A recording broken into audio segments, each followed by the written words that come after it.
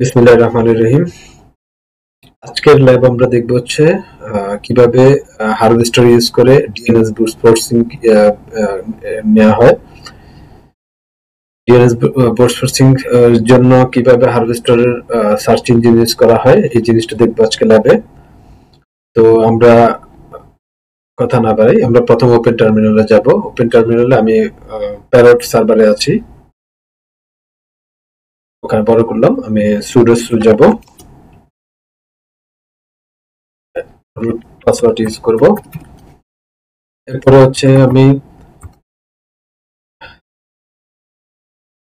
the harvester প্রথম tools use করব, the harvester.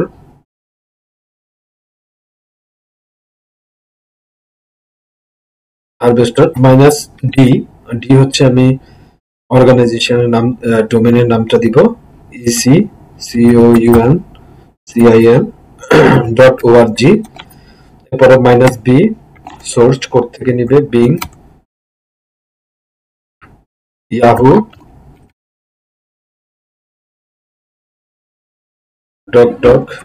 গো। এরপরে হচ্ছে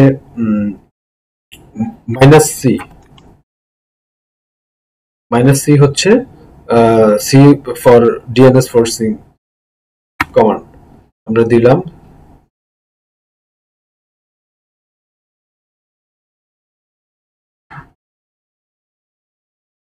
minus D ECCOUNCIL.org minus B Bing Yahoo.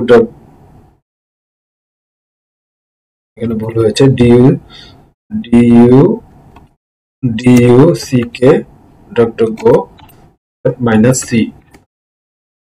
দেখেন প্রসেস হচ্ছে uccouncil.org, এটা টার্গেট হচ্ছে uccouncil.org, সার্চ করছে Bing Yahoo and DuckDuckGo। দেখেন DNS brute forcing with 4989 word, এতগুলো ওয়ার্ড সে চেক করেছে। দেখেন প্রত্যেকটা একটা কমান্ডের সাথে সাথে কতগুলা ডিএনএস ফোর্সিং, কতগুলা সাইট চলে আসছে। দেখেন ইসি কাউন্সিলের যতগুলা সাইট, এই যে দেখেন সব এখানে চলে আসছে। Port, IP address, etcetera information এখানে একটা কমান্ডে পেয়ে গিয়েছি, যেটা আমাদের ম্যানুয়ালি করতে গেলে অনেক সময় লাগতো, যেটা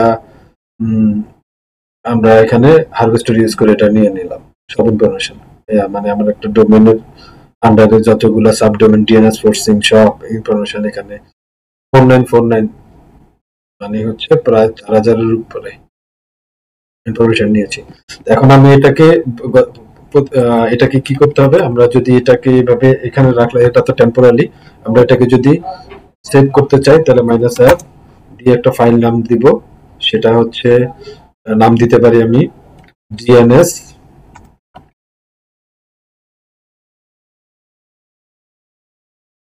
রুটস BRU ডিএনএস রিপোর্ট দিই, REPORT রিপোর্ট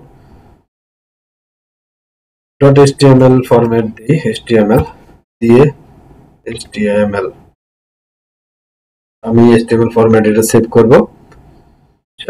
আবার স্ক্যান করে আবার ইনফরমেশন নিচ্ছে এবং এটা ফরম্যাটে সেভ করে নেবে।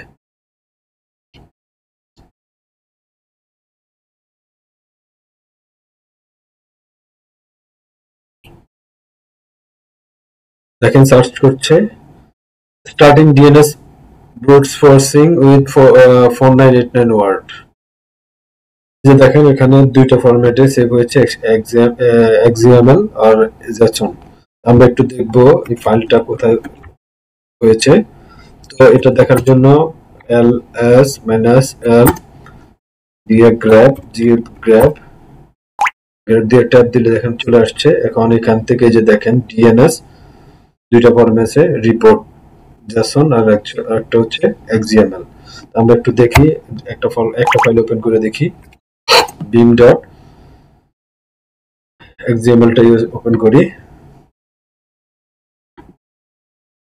এখান থেকে নিয়ে আমাদের অ্যানালাইসিস আমরা যা করার আমরা ওখান থেকে করব।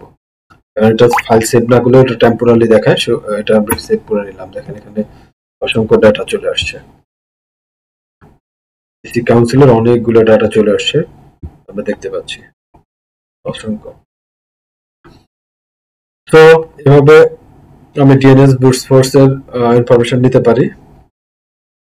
কোয়েট করি, আমি যতগুলো এর আগে যতগুলো ক্লাস করেছি দেখেন প্রত্যেকটা ডাটা আমি সেভ করে রেখেছি।